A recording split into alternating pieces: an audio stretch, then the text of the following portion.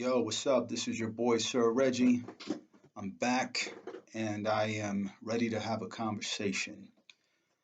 If you notice, it's taken me a long time to make YouTube videos.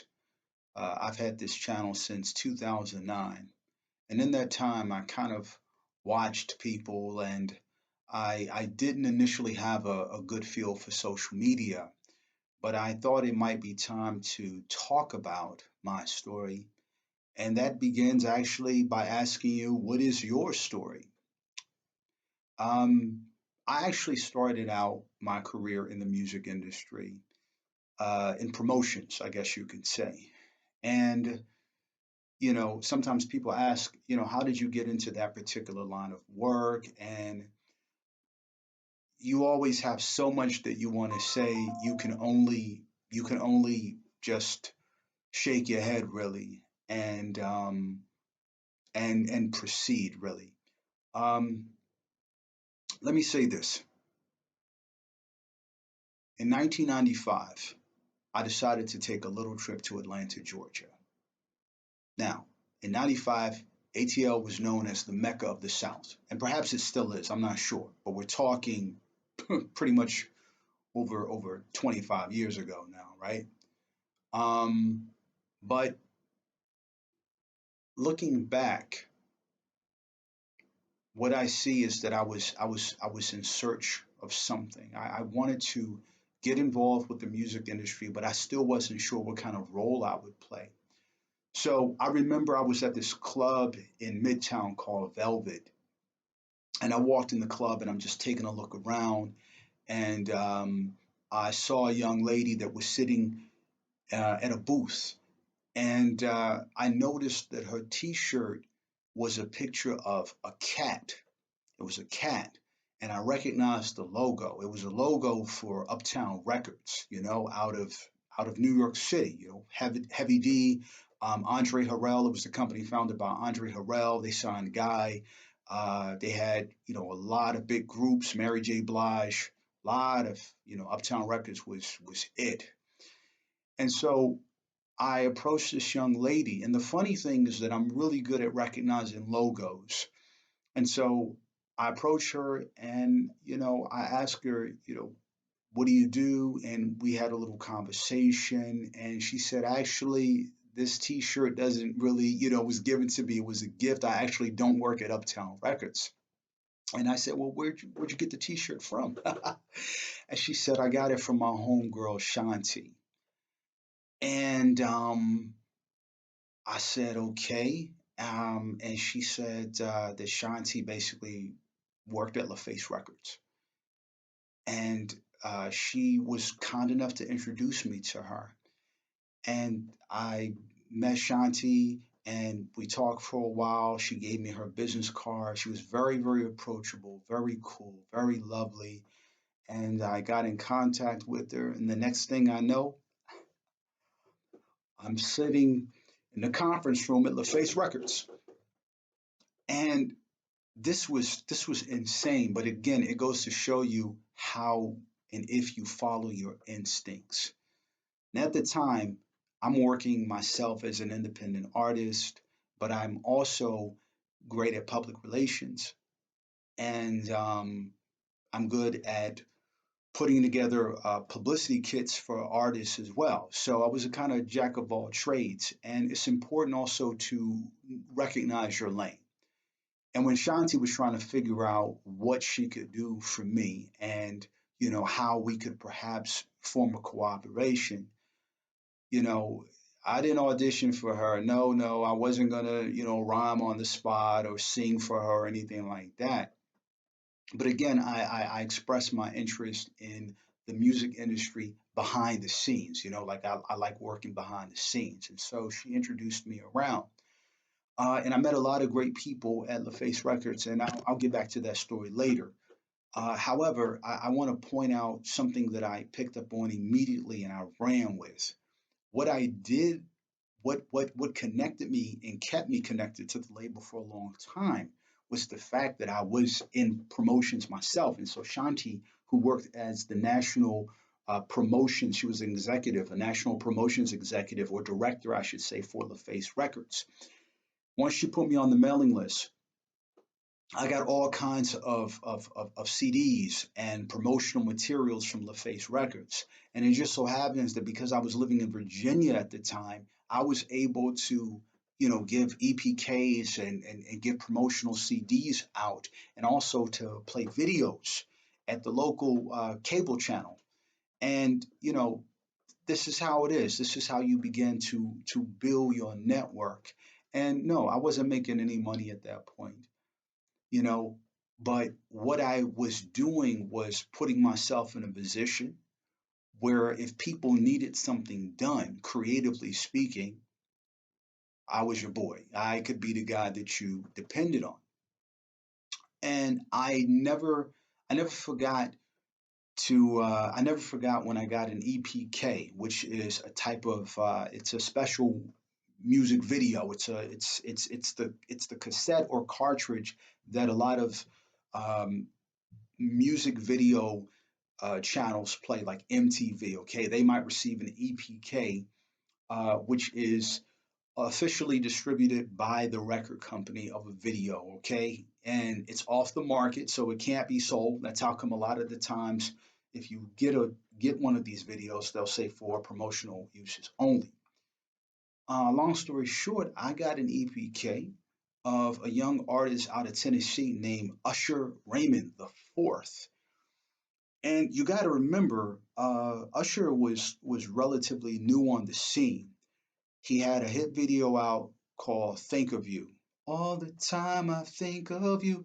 Great, I'm not a singer, but y'all, you get what I'm saying. He had this young kid who had managed to, uh, get signed to LaFace Records by singing for all of the ladies at at the company, and wooing them and showing them on the spot that, he meant business. So, shout out to Usher.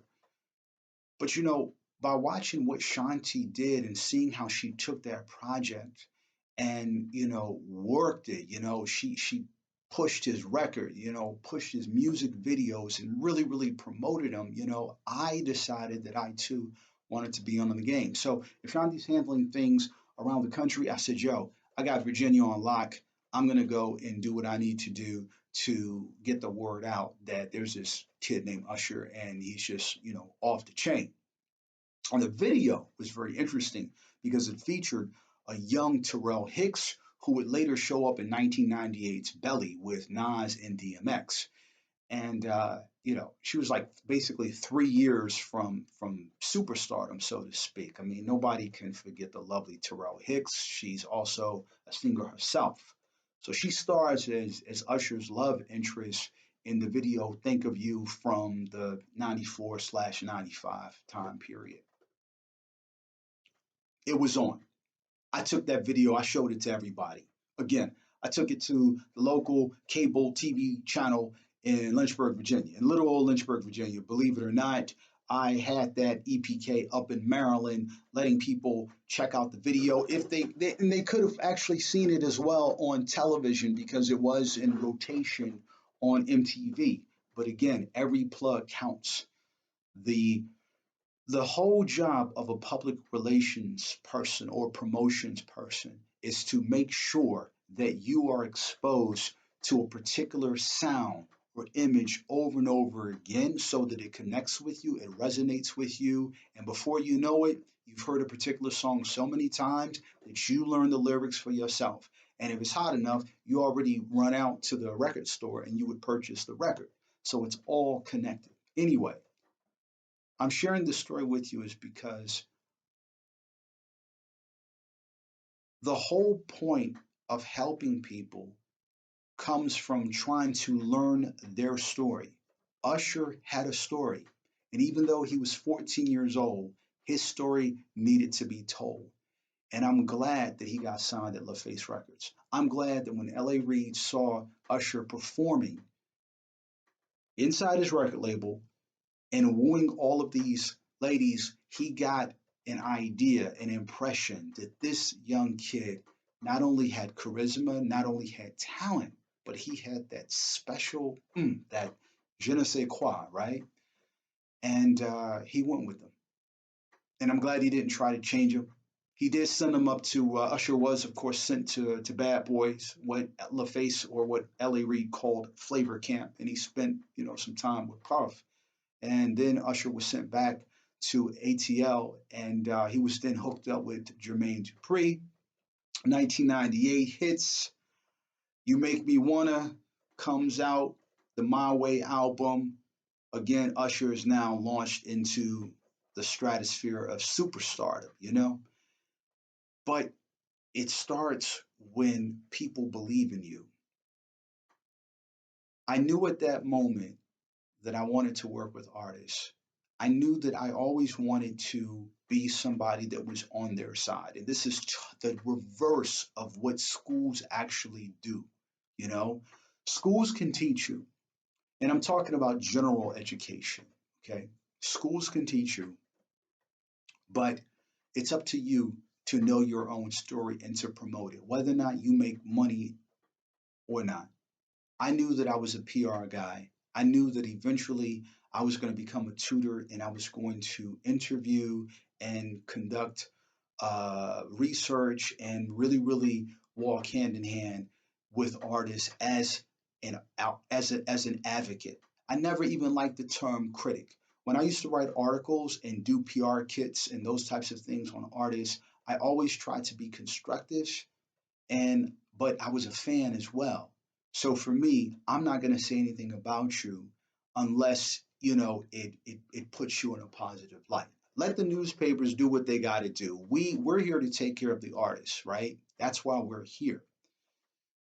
And I was able to build a business around that. I was able to build a private practice around that. Until this very day, my whole thing is working one on one with young people, with artists, and trying to learn their story. There are a lot of kids, they go to school and they feel totally lost. They're in classrooms, they're having to study for things that don't interest them, and often they learn just enough information to take the test, regurgitate the information that they were taught all week in class, and then afterwards it's over. And that's my big complaint. What are young people actually learning at school? Have you taken the time to find out what that child is about, what interests that kid? And you can really only do that by building a relationship with them. So early on, I was about building networks, I was about building relationships, and I wanted to basically get in. I wanted to get in where I fit in. That's it.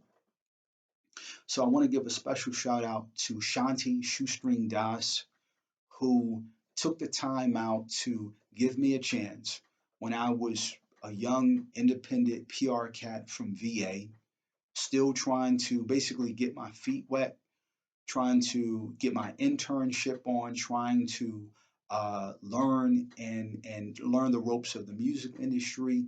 And that's priceless. There are too many people that are worried about making money.